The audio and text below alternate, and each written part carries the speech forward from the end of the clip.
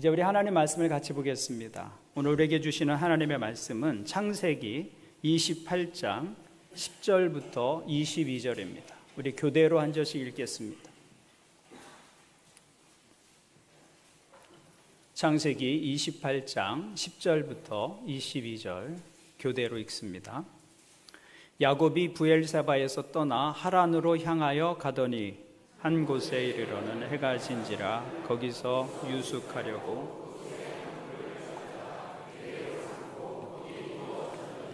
꿈에 본즉 사닥다리가 땅 위에 서 있는데 그 꼭대기가 하늘에 닿았고 또 본즉 하나님의 사자들이 그 위에서 오르락 내리락 하고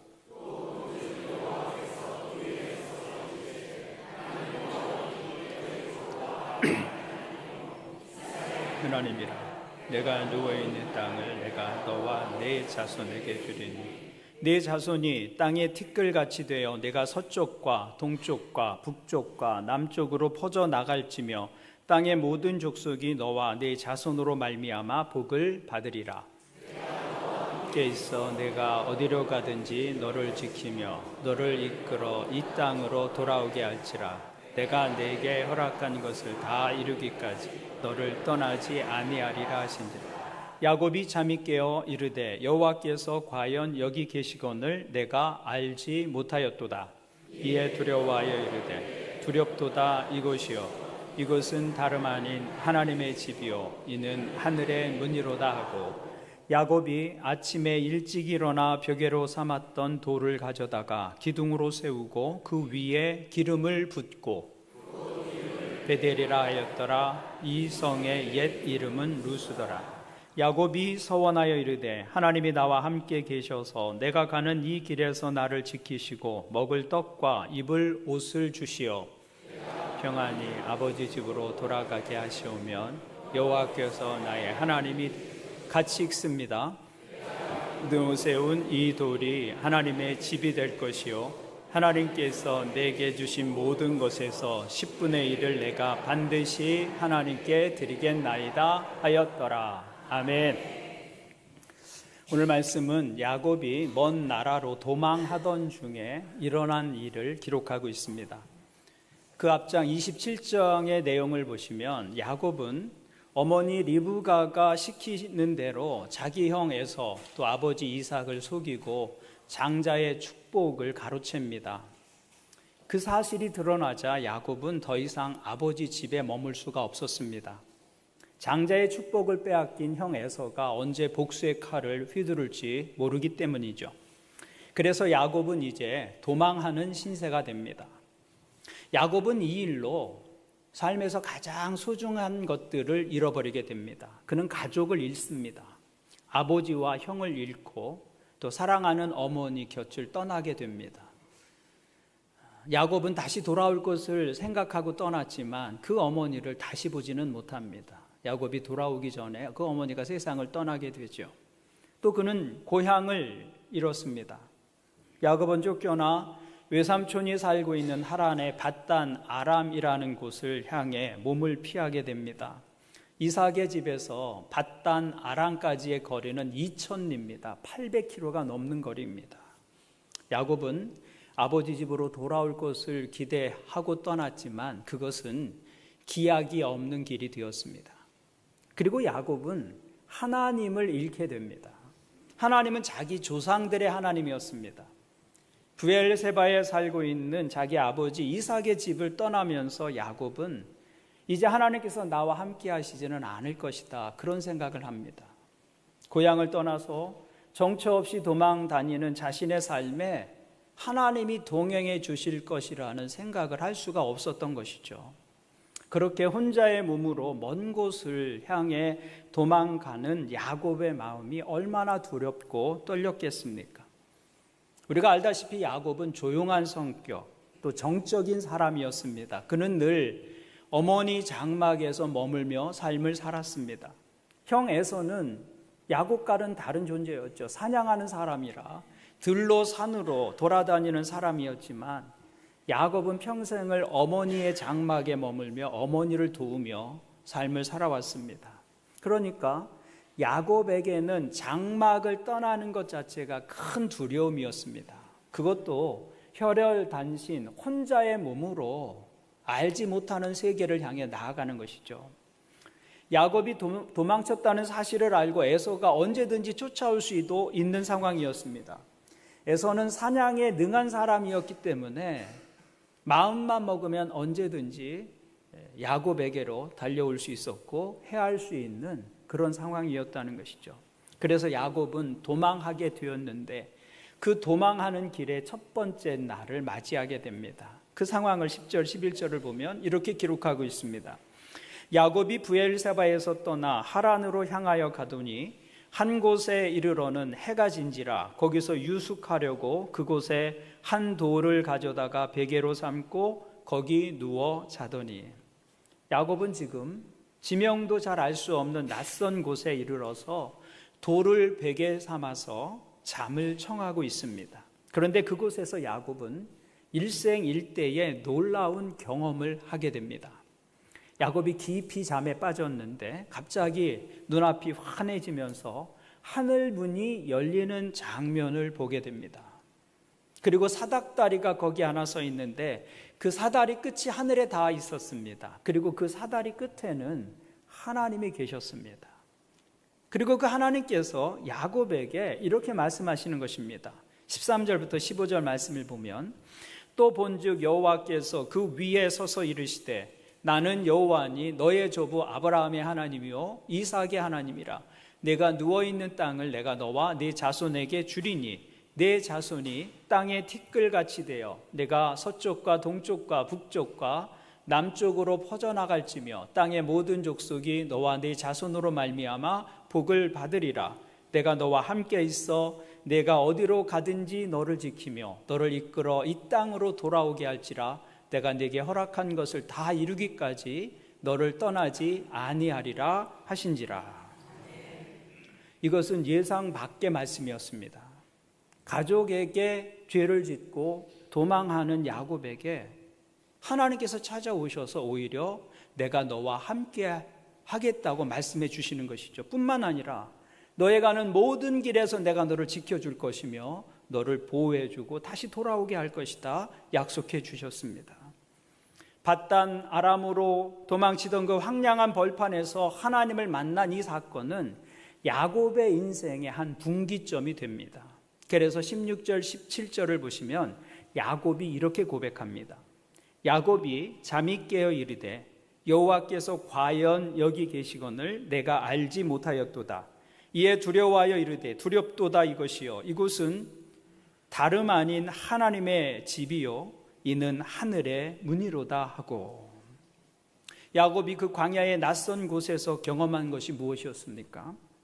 이것이 다름 아닌 하나님의 집이요 이는 하늘의 문이로다.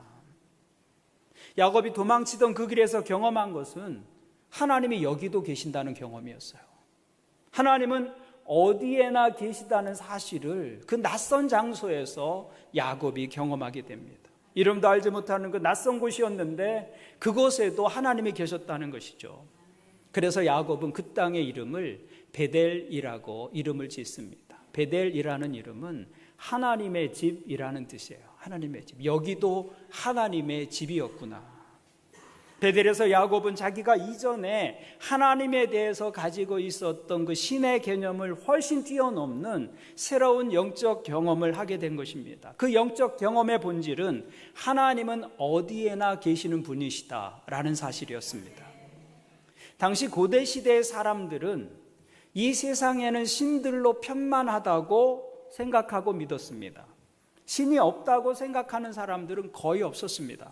사람들은 어디에나 신이 있다고 생각하고 믿었습니다. 다만 그 신들에게 경계가 있고 자기들만의 고유한 영역이 있다고 생각했습니다.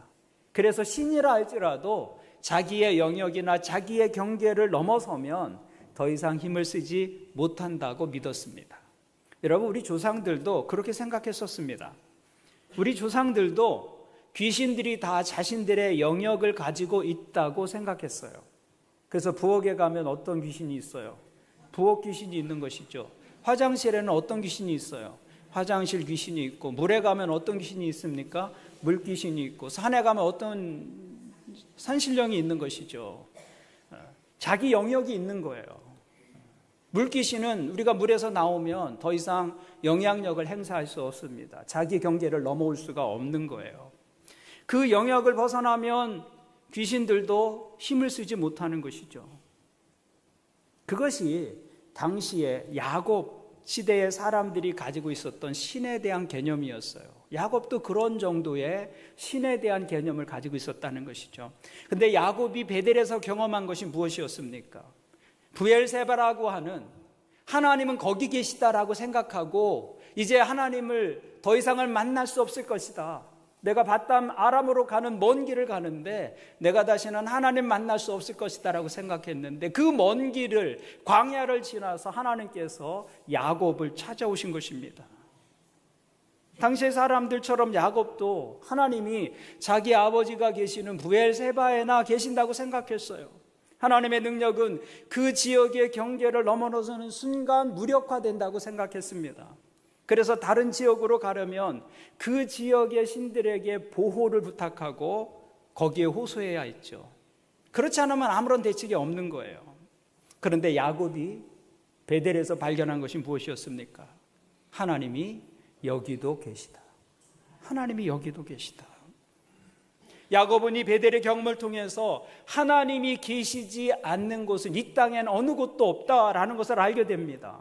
그리고 그 경험 때문에, 베델에서의 그 경험 때문에 야곱은 밧단 아람의 라반의 집까지 갈 수가 있었던 것이죠. 여기에 계시는 하나님이 어디에도 계실 것을 알기 때문에, 거기에도 계실 것을 알기 때문인 것입니다. 그래서 야곱은 그 지역의 이름을 베델이라고 부릅니다. 하나님의 집이라고 부른 것이죠. 그렇지만 야곱에게 있어서 베델은 자기가 돌베개를 자고 머물렀던 그곳, 그 특정한 지역만을 말하는 것은 아닙니다.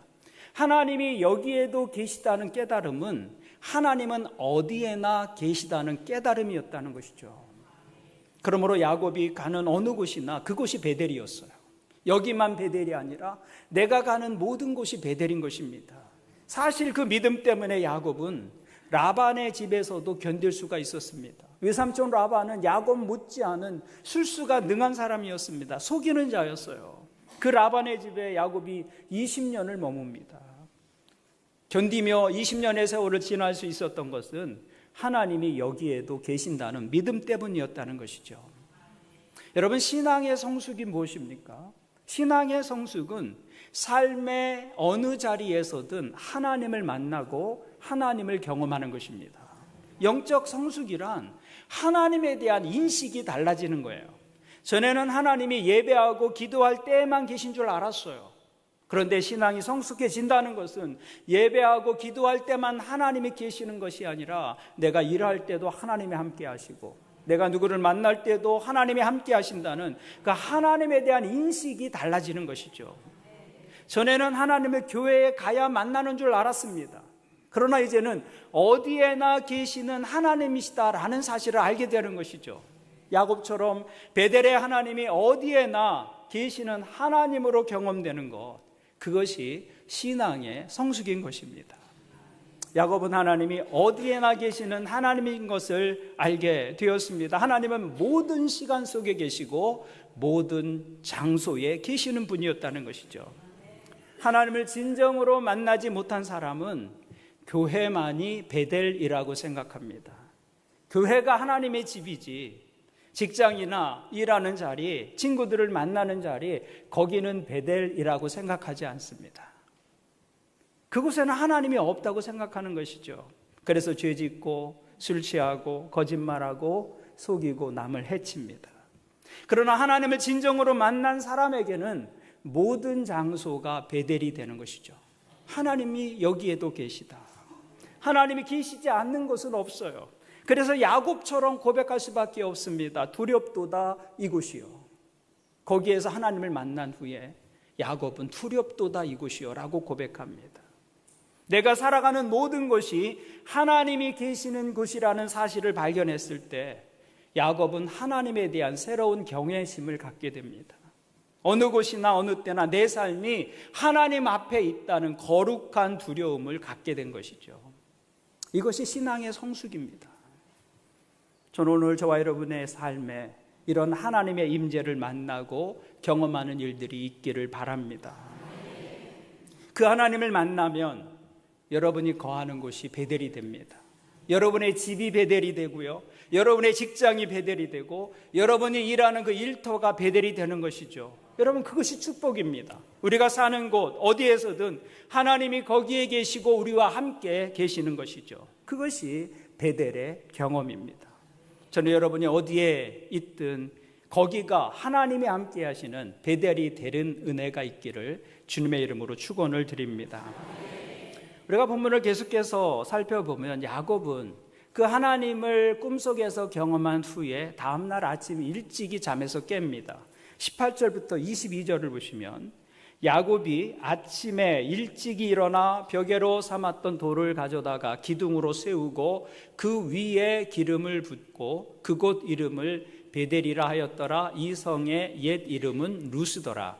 야곱이 서원하여 이르되 하나님이 나와 함께 계셔서 내가 가는 이 길에서 나를 지키시고 먹을 떡과 입을 옷을 주시어 내가 평안히 아버지 집으로 돌아가게 하시오면 여호와께서 나의 하나님이 되실 것이요 내가 기둥으로 세운 이 돌이 하나님의 집이 될 것이요 하나님께서 내게 주신 모든 것에서 10분의 1을 내가 반드시 하나님께 드리겠나이다 하였더라.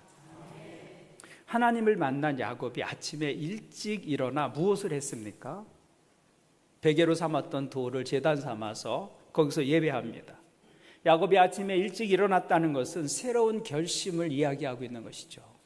하나님을 만난 사람은 그냥 그대로 있을 수가 없는 것이죠. 하나님을 진정으로 만난 사람은 과거의 삶과 달라질 것이 없는 그냥 그대로의 삶을 계속해서 살지 못합니다. 그래서 야곱은 아침에 일찍 일어난 거예요. 새로운 삶의 결심을 말하고 있는 것이죠. 그리고 그 결심을 이렇게 고백합니다. 20절부터 22절을 다시 보시면 야곱이 서원하여 이르되 하나님이 나와 함께 계셔서 내가 가는 이 길에서 나를 지키시고 먹을 떡과 입을 옷을 주시어 내가 평안히 아버지의 집으로 돌아가게 하시오면 여호와께서 나의 하나님이 되실 것이요 내가 기둥으로 세운 이 돌이 하나님의 집이 될 것이요 하나님께서 내게 주신 모든 것에서 10분의 1을 내가 반드시 하나님께 드리겠나이다 하였더라. 어떤 분은 이 야곱의 서원에 대해서 말하기를 야곱이 여전히 야비하기 때문에 하나님과도 거래를 시도하고 있다고 해석합니다. 그런데 사실 이것은 그렇게만 볼 부분은 아니고요. 오늘 하나님 앞에서 서원하고 있는 야곱의 모습은 이전의 야곱의 모습과 비추어 보면 놀라울 만한 변화이다라는 것입니다. 야곱은 지금 하나님께 하나님이 자신과 함께 해주셔서 자신의 안전을 지켜주시고 자신이 먹을 것과 입을 것까지 보살펴 달라고 요청하고 있습니다. 이전의 야곱은 이 모든 것을 자신이 알아서 해결해 왔습니다. 필요하다면 남의 손에 있는 것을 빼앗아서라도 자기 손에 쥐었던 사람이 야곱이었습니다. 그런데 지금 야곱은 이런 기본적인 것들도 하나님의 은혜가 없이는 이루어지지 않는다는 사실을 알게 된 것입니다. 내 노력과 내 힘으로 사는 것 같지만 하나님의 은혜가 없다면 그 노력과 수고도 의미가 없다는 것, 그것을 알게 된 것이죠. 그것을 알고 야곱은 이제 하나님께 구하기 시작합니다. 처음으로 하나님께 구합니다. 야곱이 베델에서 하늘로 이어진 그 사닥다리를 보기 전에 야곱에게 하늘은 닫혀 있는 곳이었습니다. 하늘에 계신 하나님은 내 인생에서 고려해야 할 분이 아니었어요. 그래서 하나님과 상관없이 자신의 노력에만 의존해서 살아왔습니다. 하늘이 닫혀 있으니까 눈에 보이는 세상이 전부였던 것이죠. 그래서 남이 가지면 내가 가지지 못한다는 생각을 가지고 살았어요. 그러니까 온갖 술수와 방법과 꾀를 다 동원해서 내가 원하는 것을 움켜쥐어야만 했습니다. 그것이 야곱의 인생이었습니다. 그런데 야곱은 베델에서 하늘로 연결된 사닥다리를 보게 됩니다. 이 땅에 하늘의 보좌와 연결되어 있다는 사실을 알게 된 것이죠. 그리고 이 땅의 모든 것은 하나님의 주권에 의해서 다스려지고 진행되고 있다는 사실을 알게 됩니다. 이때 야곱에게 하늘이 열린 것입니다. 닫혔던 하늘이 열린 것이죠. 야곱은 그동안 열린 하늘을 알지 못했습니다. 그는 어머니 태중에서부터 그래서 내 것이라고 주장하며 인생을 살았어요. 움켜쥐고 빼앗는 삶을 살았습니다. 그런데 베델에서 야곱은 눈에 보이는 것이 전부가 아니고 하늘이 열려 있다는 사실을 알게 됩니다. 그때부터 야곱은 새로운 눈을 가지게 되죠. 하늘을 바라보고 야곱은 이제 하나님께 구하는 삶을 살기 시작한 것입니다. 야곱은 베델에서 열린 하늘을 경험하고 비로소 자기 인생에 움켜진 손을 놓을 수가 있었던 것입니다. 하나님을 아는 사람은 움켜진 손을 놓을 수가 있는 것이죠. 던컨 그린이라는 분이 쓴 빈곤에서 권력으로라는 책이 있습니다. 아주 두껍고 어려운 책이라 제가 직접 읽어본 것은 아니고 그 책에서 설명하는 부와 빈곤에 관한 글을 흥미롭게 읽은 적이 있습니다. 그 책에서 그린은 빈곤을 정의하기를 빈곤은 권력의 부재다라고 정의를 했어요. 왜 빈곤이 권력의 부재인가? 빈곤의 본질은 소득이 적은 거 아닌가? 그런데 소득이 적은 것이 빈곤의 본질이 아니라 권력의 부재가 빈곤의 본질이다라고 그렇게 정의를 했습니다. 그러면 권력이 없다는 말은 무슨 말인가? 권력이 없다는 말은 내가 가진 권리를 누릴 수 있도록 의무를 부담해 주는 사람이 없다는 말입니다. 여러분, 갑자기 제가 야곱 이야기를 하다가 권력 이야기를 하니까 무슨 얘기인가 하고 지금 궁금해하시는 분들이 많으실 것인데요. 조금만 더 들어보세요. 권력이란 내가 가진 권리를 행사할 수 있도록 의무를 부담하는 사람이 있다는 말이에요. 예를 들면 대통령은 권력이 많습니다. 그 권력이 많다는 말은 대통령이 가진 권리를 행사할 수 있도록 의무를 부담하는 사람들이 많다는 이야기입니다. 그래서 대통령이 한마디 하면 그 말이 의무가 되는 사람들이 그 밑에 많아요. 그래서 대통령의 그 말을 이행하기 위해서 경찰이 동원되기도 하고 군대가 동원되기도 하는 것이죠. 대통령의 권리를 행사하기 위해서 의무를 부담하는 사람들이 많은 것, 그것이 권력이 크다, 권력이 많다는 뜻입니다. 5살짜리 아이에게는 권력이 없습니다. 5살짜리 아이가 말을 하면 아무도 의무를 가지지 않아요. 그의 사랑하는 부모 정도가 돼야 그 아이의 말을 귀담아 듣고 의무를 가지고 행하게 되지, 아무도 5살짜리 아이의 말을 의무를 가지고 행하지는 않는단 말이죠. 그게 권력이 없다는 말이에요. 덩컨은 가난을 이 권력의 부재라고 설명하면서 사람은 누구나 권리를 가지고 있다. 인간은 누구에게나 천부의 권리가 있죠. 먹을 권리가 있고 일할 권리가 있고 쉴 권리도 있고 공부할 권리도 있습니다. 모든 인간이 동등하게 그 권리를 가지고 있습니다. 그런데 동등하게 권리를 가졌다고 해서 모든 사람이 그 권리를 동일하게 누리는 것은 아닙니다. 왜냐하면 권력이 다르기 때문이에요. 권리는 행사되어야 누릴 수 있는 것인데 그 권리가 행사될 수 없다면 권리를 가지고 있어도 누릴 수 없는 것이죠. 그런데 내가 가진 권리가 행사되려고 한다면 누군가가 의무를 부담해야 하는 사람이 있어야 합니다. 예를 들면 사람들은 누구나 배울 권리가 있습니다. 그래서 나는 대학에 가서 배우기를 원합니다. 그러면 내가 그 권리를 행사할 수 있도록 의무를 부담해 주는 사람이 있어야 합니다. 학비를 대주고 생활할 수 있도록 도와주는 사람이 있을 때 내가 권리를 행사할 수 있는 것이죠. 그런데 의무를 부담해 줄 사람이 없다면 내가 공부하고 싶은 마음이 있고 권리가 있지만 아르바이트를 해야 하고 학비를 벌어야 하잖아요. 생활비를 벌어야 하고. 그렇다면 나는 공부할 권리는 있지만 학교를 갈 수 없게 되는 것이죠. 그 권리가 제대로 행사될 수 없는 것입니다. 덩컨 그린은 바로 그것이 가난의 본질이다라고 정의했어요. 그러니까 가난한 사람은 누구냐? 권리는 있는데 권력이 없는 사람이다. 의무 부담자가 없는 것, 그게 가난이다. 그래서 그 책에서 덩컨은 가난한 사람들을 위해서 사회와 국가가 일정한 의무 부담자가 되어 주어야 한다고 주장합니다. 특별히 제3세계에서 그런 일들이 있어야 한다. 무상으로 교육을 제공하고 일정한 교육을 마칠 때까지 국가가 의무 부담자가 되어 주어야 한다라고 주장을 하죠. 그래야 가난한 자도 공부할 수 있는 권리를 행사할 수 있는 것이죠. 제가 이렇게 긴 설명을 한 이유는 한 단어를 여러분에게 말씀해 드리기 위한 것입니다. 의무 부담자라는 단어가 제 마음을 끌었어요. 제 눈이 거기에 가 닿게 되더라고요. 의무 부담자. 이 단어를 설명하기 위해서 제가 좀 긴 이야기를 여러분에게 드렸습니다.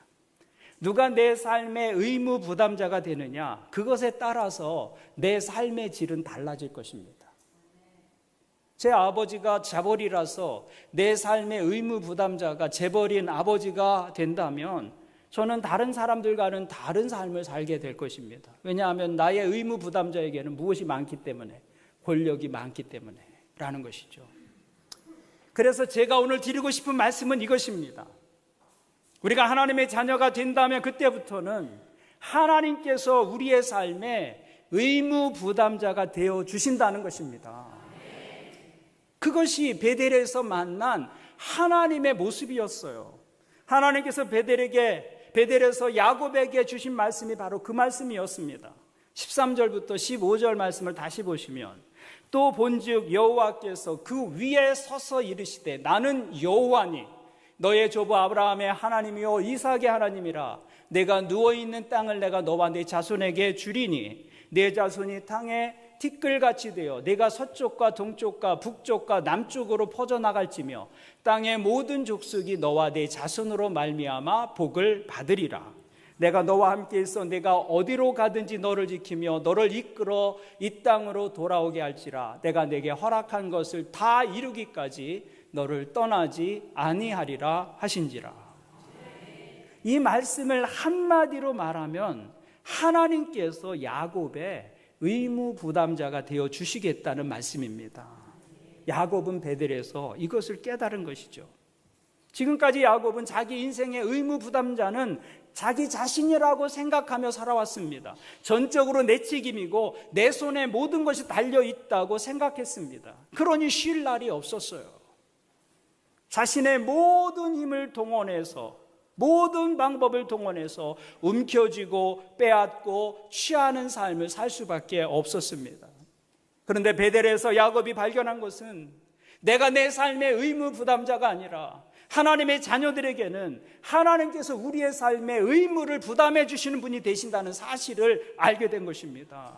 그래서 그때부터 야곱은 하나님께 구하기 시작한 거예요. 그것이 베델에서 야곱의 경험이었다는 것이죠. 그때부터 야곱의 인생이 새로워지는 것입니다. 하나님을 새롭게 발견한 그 순간부터. 여러분, 하나님이 우리의 삶의 의무 부담자가 되신다는 것이 무엇을 의미합니까? 우리는 최고의 권력을 가졌다는 것을 의미하는 것입니다. 하나님은 온 우주의 주인이시고 모든 것을 주관하시는 분이십니다. 그런데 그분이 내 삶의 의무 부담자가 되어 주신다고 말씀해 주셨습니다. 우리에겐 최고의 권력이 주어진 것이죠. 성경이 약속하고 있는 것이 무엇입니까? 요한복음 14장을 보니까 내 이름으로 무엇이든지 내게 구하면 내가 행하리라. 내가 기도하면 그때부터 하나님께서 나는 너의 의무 부담자가 되어줄 것이다 말씀하고 있는 것입니다. 마태복음 7장을 보니까 구하라 그리하면 너에게 주실 것이요 찾으라 그리하면 찾아낼 것이요 문을 두드리라 그리하면 너희에게 열릴 것이니 구하는 이마다 받을 것이요 찾는 이는 찾아낼 것이요 두드리는 이에게는 열릴 것이니라. 이 말씀들이 다 우리에게 무엇을 말씀해 주고 있는 것입니까? 우리가 기도하면 하나님께서 내 삶의 의무 부담자가 되어 주시겠다는 약속입니다. 기도할 때 우리의 삶의 의무 부담자가 되시는 분은 사람이 아니라 온 우주의 주인이신 하나님이시다라고 말씀하고 있는 것이죠. 베델에서 야곱은 이것을 깨닫게 됩니다. 그래서 하나님께 그때부터 구하는 삶을 살기 시작하는 것이죠. 그리고 이렇게 서원합니다. 20절부터 22절을 다시 보시면 야곱이 서원하여 이르되 하나님이 나와 함께 계셔서 내가 가는 이 길에서 나를 지키시고 먹을 떡과 입을 옷을 주시어 평안히 내가 평안히 아버지 집으로 돌아가게 하시오면 여호와께서 나의 하나님이 되실 것이요 내가 기둥으로 세운 이 돌이 하나님의 집이 될 것이요 하나님께서 내게 주신 모든 것에서 10분의 1을 내가 반드시 하나님께 드리겠나이다 하였더라. 하나님께서 내 삶의 의무 부담자가 되어주셔서 저를 지켜주시고 저의 필요를 채워주시고 다시 아버지의 집으로 돌아올 때까지 내 삶을 보호해 주신다면 내가 하나님을 섬기고 하나님께서 제게 주신 모든 것에서 10분의 1을 하나님께 드리겠습니다. 베델에서 하나님을 새롭게 경험하면서 야곱의 삶은 하나님을 향한 헌신과 서약으로 이어지게 됩니다. 이것이 하나님을 진정으로 만난 사람들의 모습이라는 것이죠. 하나님을 경험하면 내 삶의 가치관이 달라집니다. 나의 세계관이 달라지는 거예요. 여기 보십시오. 베델에서 하나님을 새롭게 경험하면서 야곱의 생각이 바뀌고 있습니다. 야곱은 자원에서 11조를 드리겠다고 서원하게 되죠. 이것은 단순히 헌금의 이야기가 아닙니다. 야곱은 지금까지 움켜쥐는 삶을 살아왔습니다. 양보를 모르는 삶을 살아왔습니다. 포기할 줄 모르는, 원하는 것을 무슨 방법을 쓰든 자기 손에 넣어야 직성이 풀리는 인생을 살아왔습니다. 그는 쌍둥이로 어머니 뱃속에서부터 움켜쥐는 삶을 살았어요.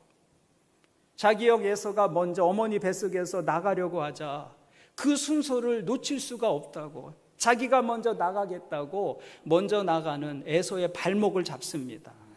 그래서 야곱은 에서의 발목을 움켜쥔 채 나왔어요.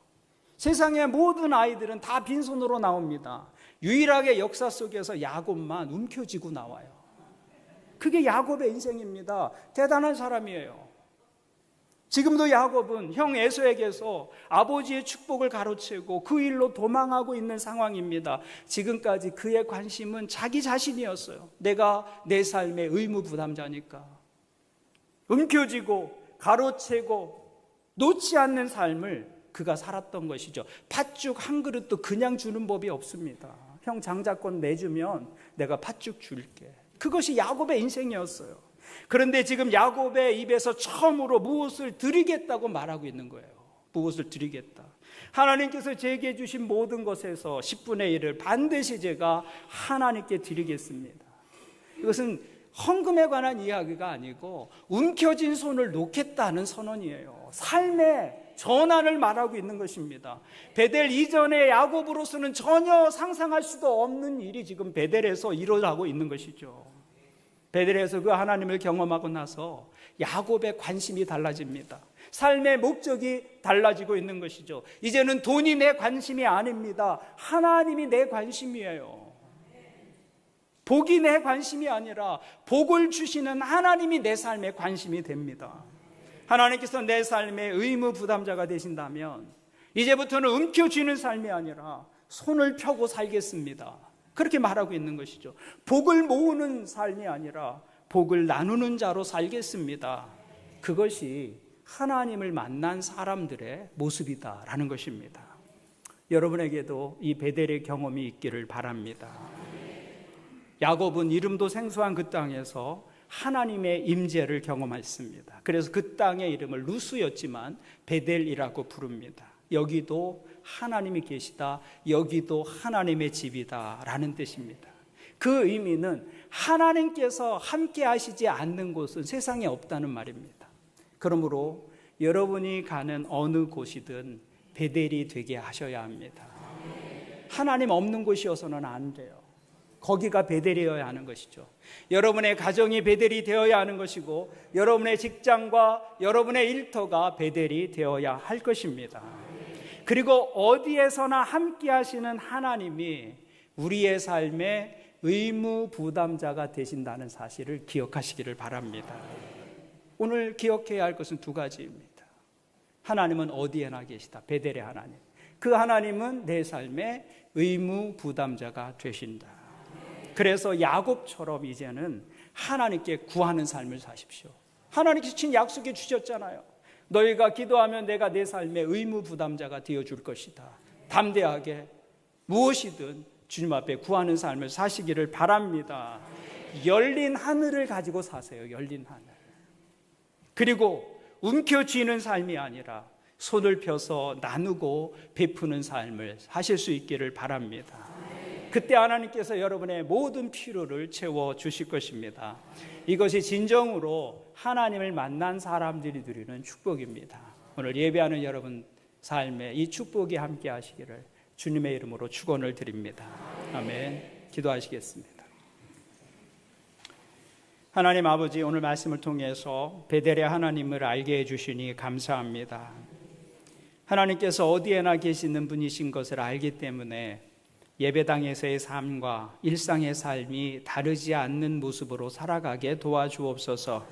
교회 안에서만 작동하는 믿음이 아니라 삶의 모든 시간과 모든 장소에서 믿음으로 행하고 살아가는 믿음 되게 도와주옵소서. 예배하는 모든 사람들의 가정이 하나님이 함께 하시는 베델이 되게 도와주옵소서. 저들의 직장과 일터와 살아가는 모든 자리가 베델이 되게 하여 주옵소서. 우리와 함께 하시는 그 하나님께서 또한 우리의 삶의 의무 부담자가 되신다는 것을 기억하게 도와주옵소서.